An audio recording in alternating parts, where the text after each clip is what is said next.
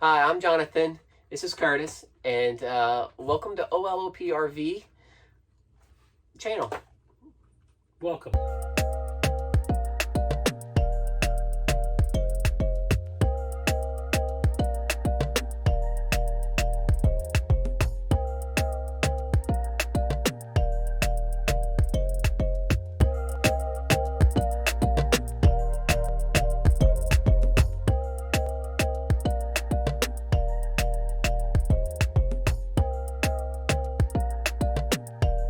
All right, well, first thing was first, we wanted to just kind of walk you through all the renovations that we're doing, since this is the title.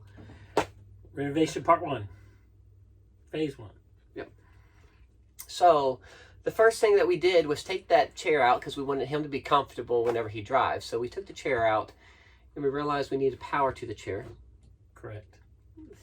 And I realized there was about 800 wires to the chair because I bought a set out of a Land Rover Range Rover, and it had massage and heat and memory, and you know, I should have bought just a basic chair, but I liked the black leather and I liked how it felt. So I was able to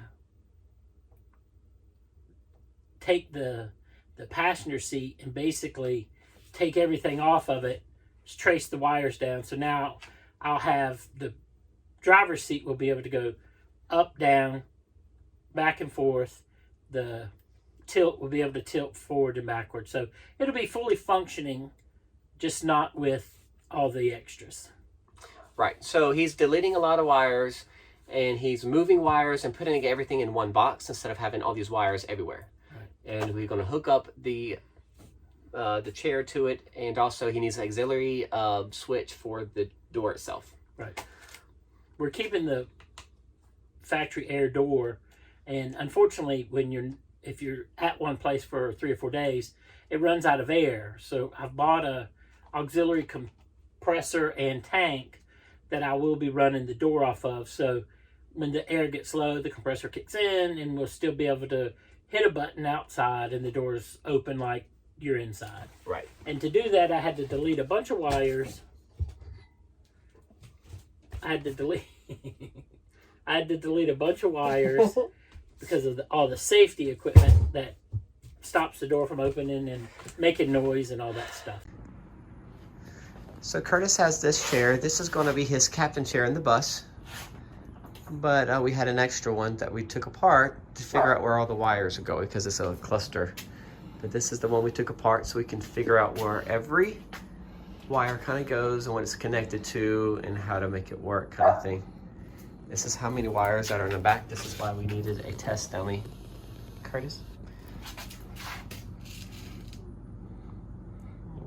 A lot of wires. I've actually cut out about 100 wires. Did you cut out about 100 wires? Yes. Okay. So there's the headrest. So that's going up and down on the headrest. Okay. And then we hooked it to a battery just to see the functions of it. yes. Well, I had to figure out which wires were where. Yeah. What was that? Backwards? Back. And then the tilt, the recline. Okay. Cool. And then What did this come out of, Curtis? a used Land Rover. Mm-hmm. And it was really cheap for the pair. We bought them a couple years ago, actually. We did. And I could never figure out how to get them going. So once I took them apart, it made one easier. Made more sense of where the wires are connected to, huh? And then that's the up and down. Can you see it go up and down? Is it from the base of it? Yeah. No, I didn't see that. So it's going to go down now. Okay, yeah. It's amazing how slow it is.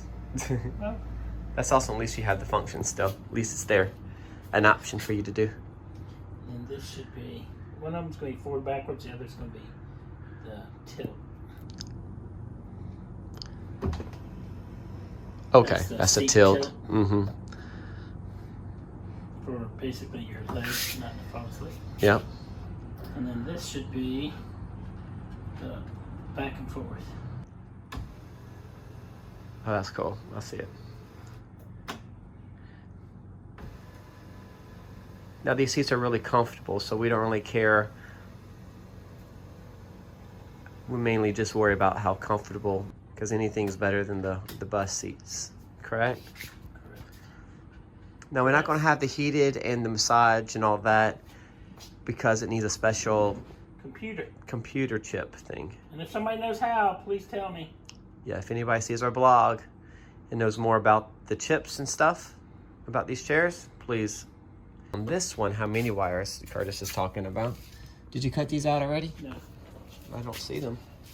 I got them hidden.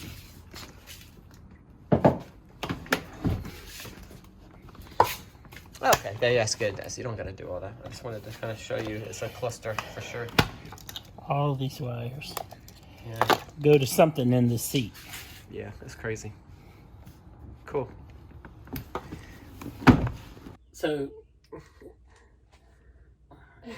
we had 2 seats. We only need 1.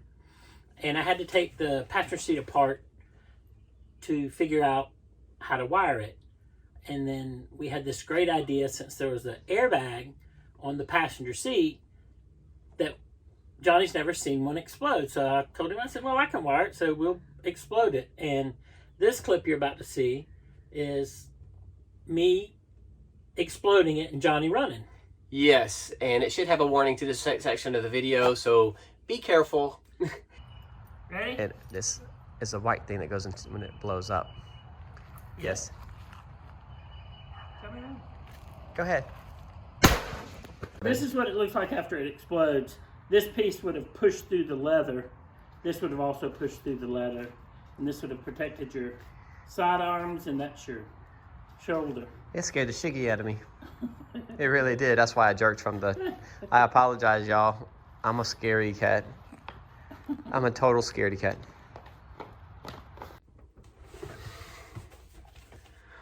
All right, well, on last round of the trips, we had a leak that we realized about 2 weeks ago. We found out that we had a leak. And so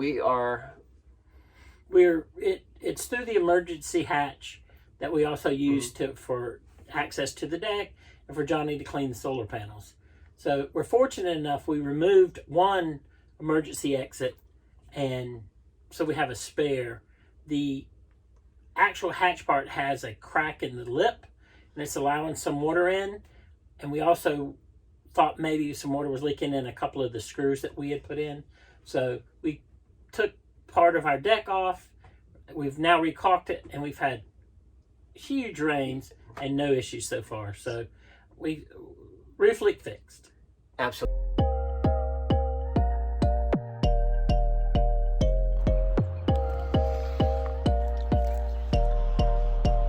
We kind of built up the caulking to where we thought was leaking at. I want to do some more on the screws in the back of this. But besides it, I think it's we didn't have any leaks last night, and it rained really hard.